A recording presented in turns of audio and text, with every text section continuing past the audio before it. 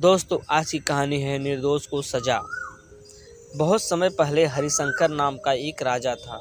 उसके 3 पुत्र थे और अपने उन तीनों पुत्रों में से वह किसी एक पुत्र को राजगद्दी सौंपना चाहता था। पर किसे राजा ने एक तरकीब निकाली और उसने तीनों पुत्रों को बुलाकर कहा, अगर तुम्हारे पास कोई अपराधी खड़ा हो तो तुम उसे क्या सजा दोगे?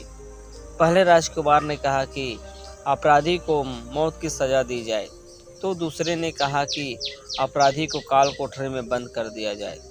अब तीसरे राजकुमार की बारी थी। उसने कहा कि पिताजी, सबसे पहले यह देख लिया जाए कि उसने गलती की भी या नहीं। इसके बाद उस राजकुमार ने एक कहानी सुनाई। किसी राज्य में एक राजा हुआ करता था। उसके पास एक सुंदर सा तोता था। वह तोता बड़ा बुद्धिमान था।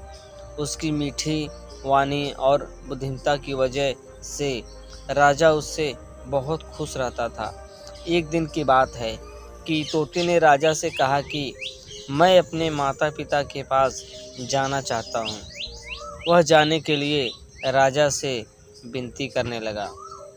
तब राजा ने उससे कहा कि ठीक है, पर तुम्हें 5 दिनों में वापस आना होगा। वह तोता जंगल की ओर उड़ चला। अपने माता पिता से जंगल में मिला और खूब खुश हुआ। ठीक 5 दिनों बाद जब वह वापस राजा के पास जा रहा था, तब उसने एक सुंदर सा उपहार राजा के लिए ले जाने का सोचा। वह राजा के लिए अमृत फल ले जाना चाहता था। जब वह अमृत फल के लिए पर्वत पर पहुंचा, तब तक रात हो चुकी थी। उसने फल को तोड़ा और रात वहीं गुजारने का सोचा। वह सो रहा था, तभी एक सांप आया और उस फल को खाना शुरू कर दिया।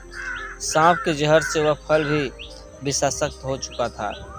जब सुबह हुई, तब तोता उड़कर राजा के पास पहुंच गया और कहा, राजन, मैं आपके लिए अमृत फल लेकर आया हूँ। इस फल को खाने के बाद आप हमेशा के लिए जवान और अमर हो जाएंगे। तभी मंत्री ने कहा, महाराज, पहले देख लीजिए फल सही भी है कि नहीं। राजा ने बात मान ली और फल में से एक टुकड़ा कुत्ते को खिलाया। कुत्ता तड़प तड़प कर मर गया। राजा बहुत क्रोधित हुआ और अपनी तलवार से तोते का सिर धड़ से अलग कर दिया। राजा ने वह फल बाहर फेंक दिया। कुछ समय बाद उसी जगह पर एक पेड़ उगा। राजा ने सख्त हिदायत दी कि कोई भी इस पेड़ का फल ना खाए, क्योंकि राजा को लगता था कि यह अमृत फल विषाक्त होते हैं और तोते ने यही फल खिलाकर उसे मारने की कोशिश की थी। एक दिन एक बूढ़ा आदमी उस पेड़ के नीचे विश्राम कर रहा था। उसने एक फल खाया और वह जवान हो गया, क्योंकि उस वृक्ष पर उगे हुए फल विषाक्त नहीं थे। जब इस बात का पता राजा को चला तो उसे बहुत ही पछतावा हुआ। उससे अपनी करनी पर लज्जा हुई।